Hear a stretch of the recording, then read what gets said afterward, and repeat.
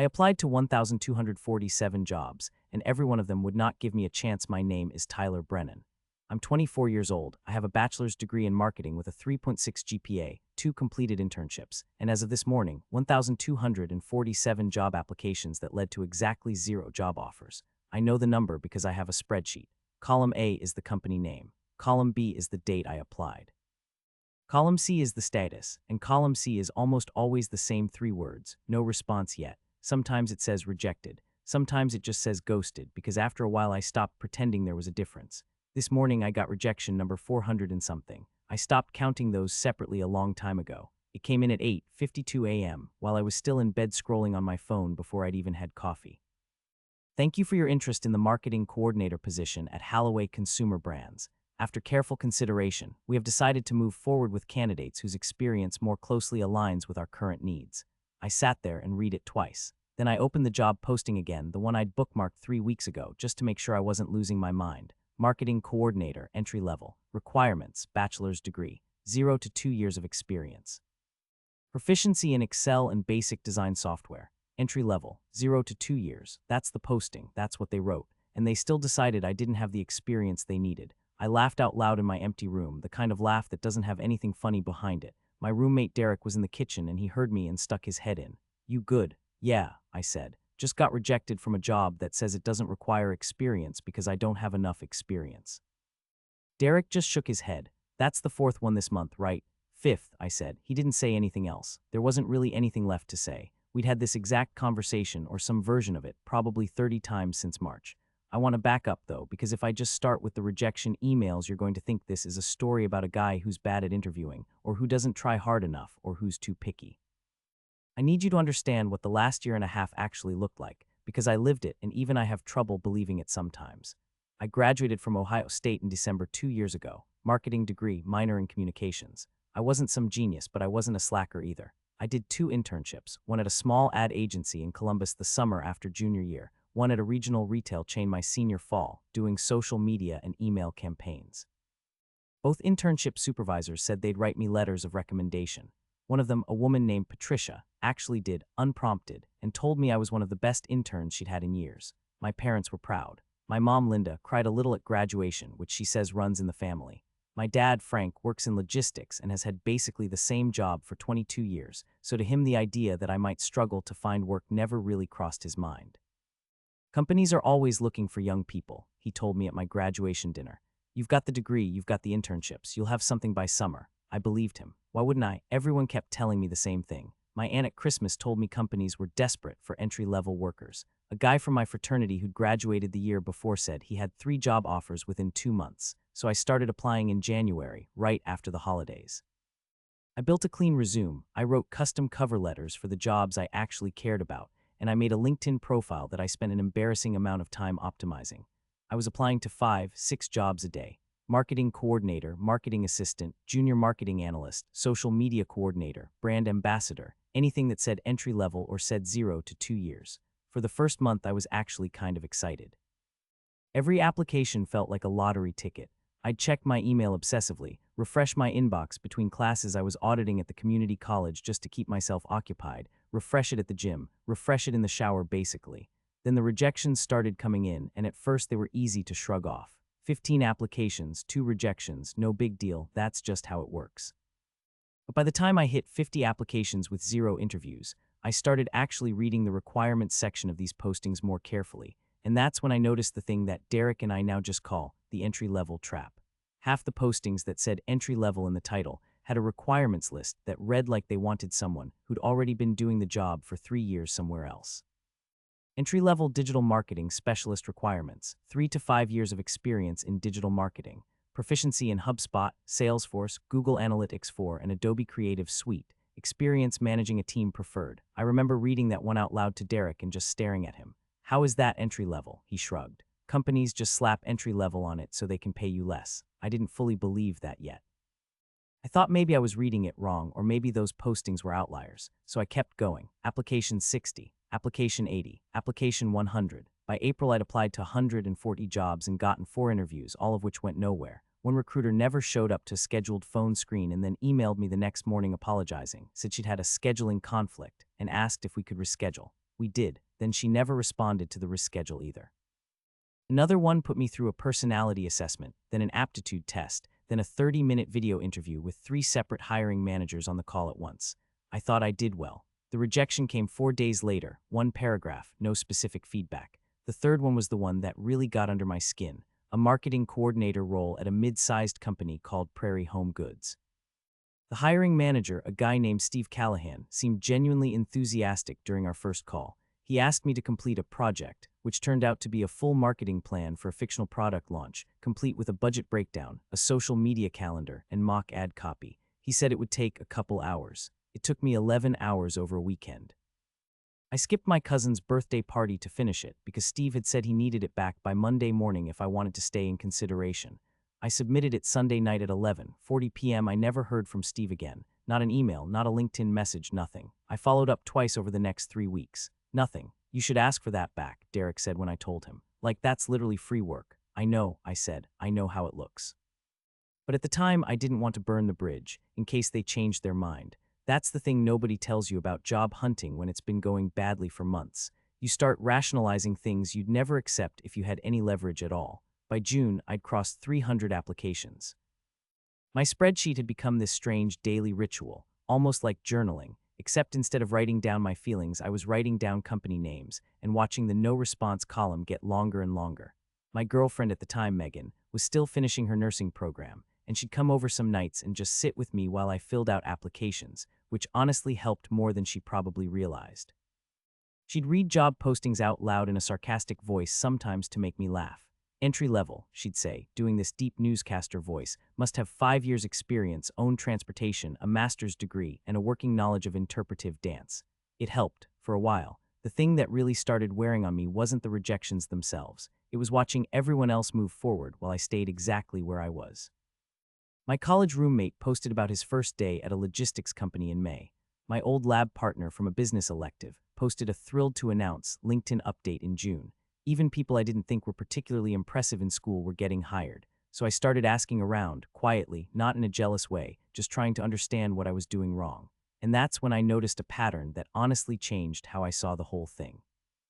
I called my friend Ashley from college, who'd landed a marketing role at a regional bank back in March, about the same time I was still sitting at 0 interviews.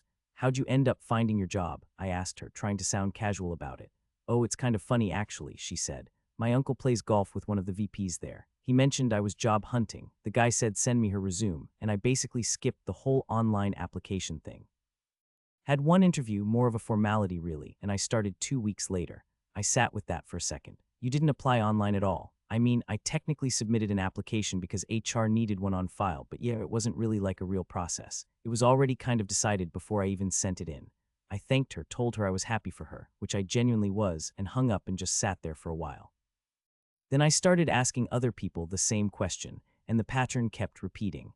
A guy from my fraternity got his job because his dad's old college roommate ran the department. A girl from my communications capstone got hired because her mom used to work with someone in HR there and put in a word. Another guy got an internal referral bonus situation where an employee vouched for him personally, and the online posting he applied to was basically theater, a box that had to be checked for compliance reasons even though the decision was already made. I'm not saying this to be bitter about it. Ashley worked hard once she got there. She wasn't lazy or undeserving, but it made something click for me that I hadn't wanted to admit. A huge number of these entry-level jobs, the ones I was spending hours crafting cover letters for, weren't actually open in any real sense. They were formalities, and I had no uncle who played golf with a VP. I had my dad, who worked in logistics and didn't know anyone in marketing, and my mom, who worked at a dentist's office. By August, I'd hit 600 applications. I moved back in with my parents because my lease was up and I couldn't justify paying Columbus rent with the savings I had left, which by that point had shrunk to about $1,100. My dad tried to be supportive, but I could see something shift in him too, a kind of confusion that started to look a little like disappointment, even though he never said the word. "Any updates?" he'd ask most nights at dinner.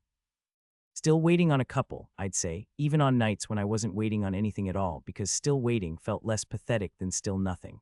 My mom started leaving job postings for me on the kitchen counter, printed out, circled in pen. A dental office looking for a receptionist, a call center, things that had nothing to do with my degree. I know she meant well.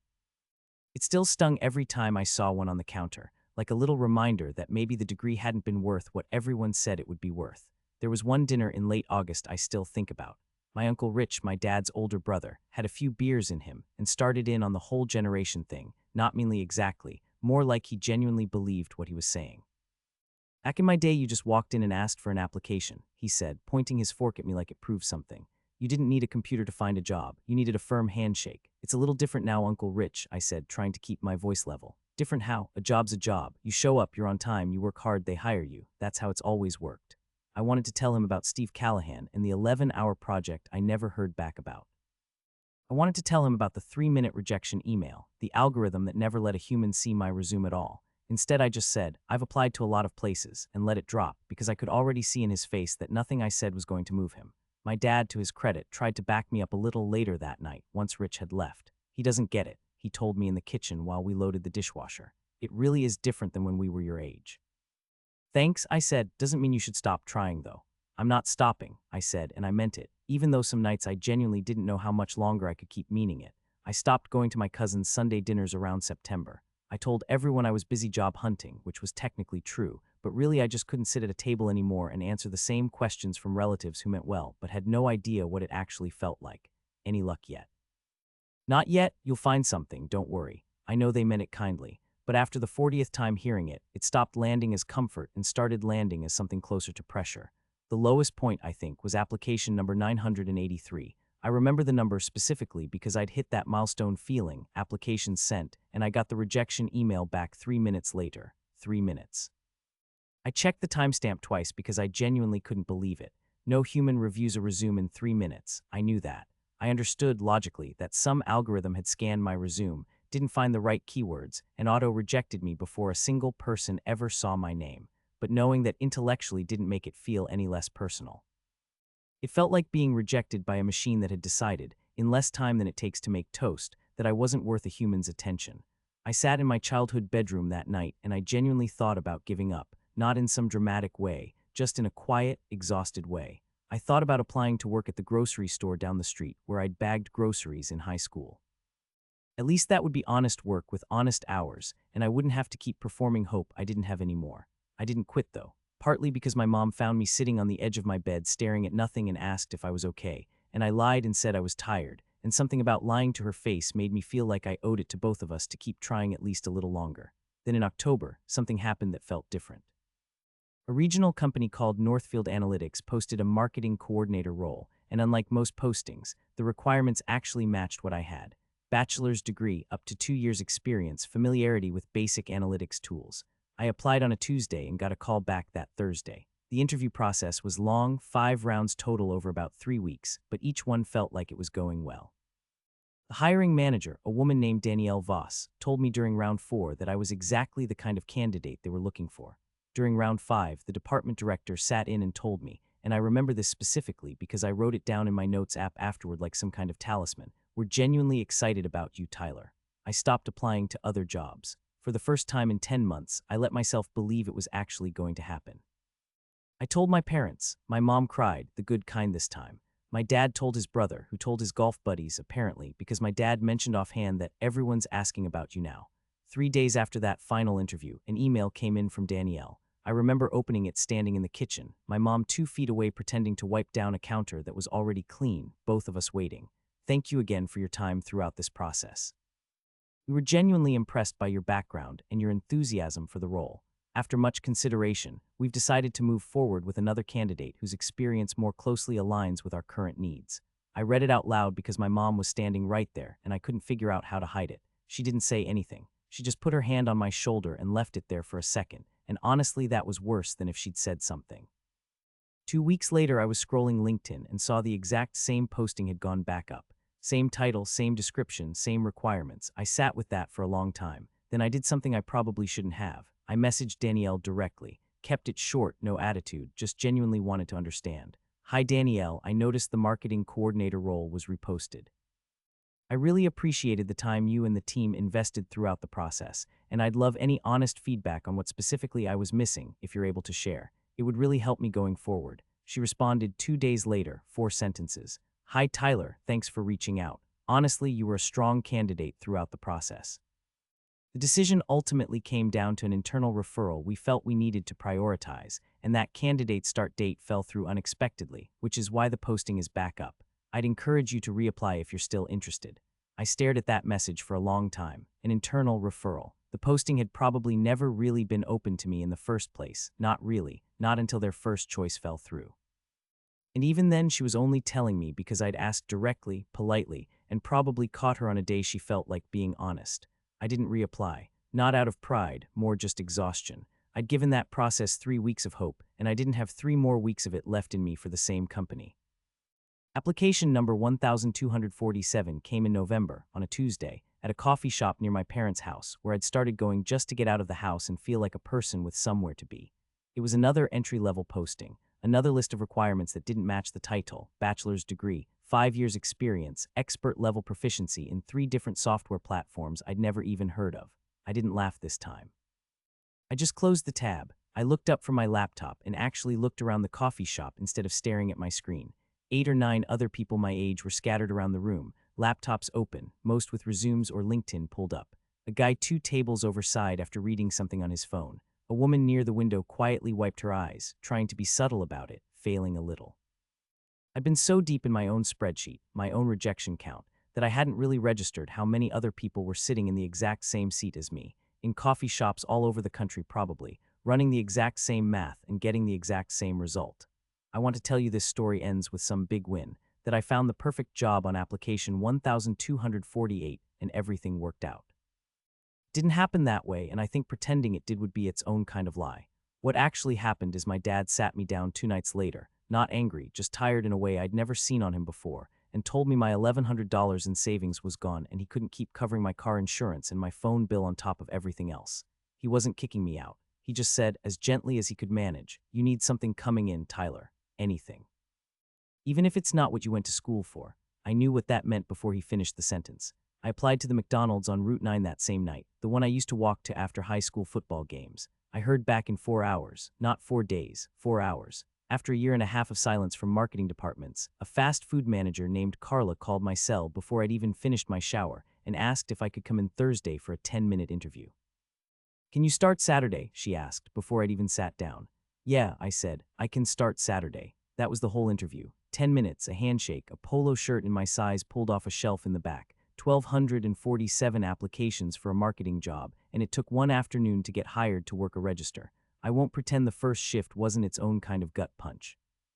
I stood behind the counter in a visor with my name misspelled on the little sticker, Tyler, and rang up a kid from my old high school who did a double take when he recognized me. He didn't say anything mean. He just nodded a little too fast, the way people do when they're trying not to make it weird and end up making it weirder anyway. I hated almost everything about it. The smell that got into my clothes and stayed there no matter how many times I washed them. The Clopens closing at midnight and opening again at 6, because I was new and didn't have the seniority to say no. Getting yelled at by a man in his 50s over a broken McFlurry machine, like 4 years of college and 2 internships had somehow led me here, apologizing to a stranger about soft serve.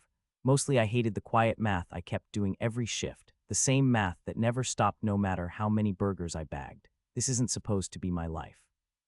I did everything they told me to do. I still applied to marketing jobs on my breaks, sitting in the back near the walk-in freezer with 15 minutes and a phone with a cracked screen, scrolling LinkedIn between bites of a free meal I didn't really want. The rejections kept coming, just slower now, because I didn't have the energy to apply to 6 a day anymore. Some weeks I only managed 1 or 2. My mom cried the first time she saw me in the uniform, not in front of me, I found out later, but in the bathroom with the fan running so I wouldn't hear.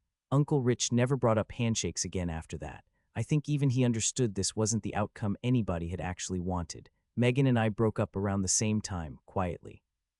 She told me she didn't know how to keep being supportive about something that never seemed to get better, and I didn't have a good argument against that, because some nights I didn't know how to keep being supportive of myself either.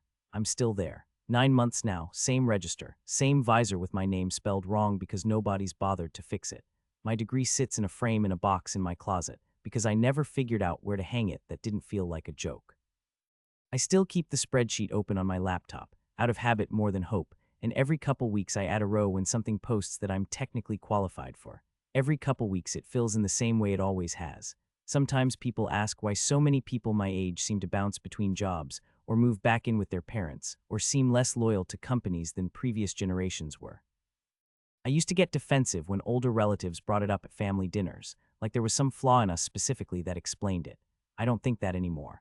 I think a lot of us spent a year or two doing everything we were told to do, degrees and internships, and cover letters and interview prep, and ran straight into a system that was never really built to let us in the front door in the first place. Nobody sits you down and explains that entry level often just means we'll consider you if nobody better shows up first. You figure it out one rejection at a time, usually alone, usually while everyone around you keeps asking when you're going to find something. I don't have some hopeful ending for you. Most nights I close down the store around midnight, take off the visor in the parking lot before anyone can see me still wearing it, and drive home wondering what exactly a bachelor's degree was supposed to have been for.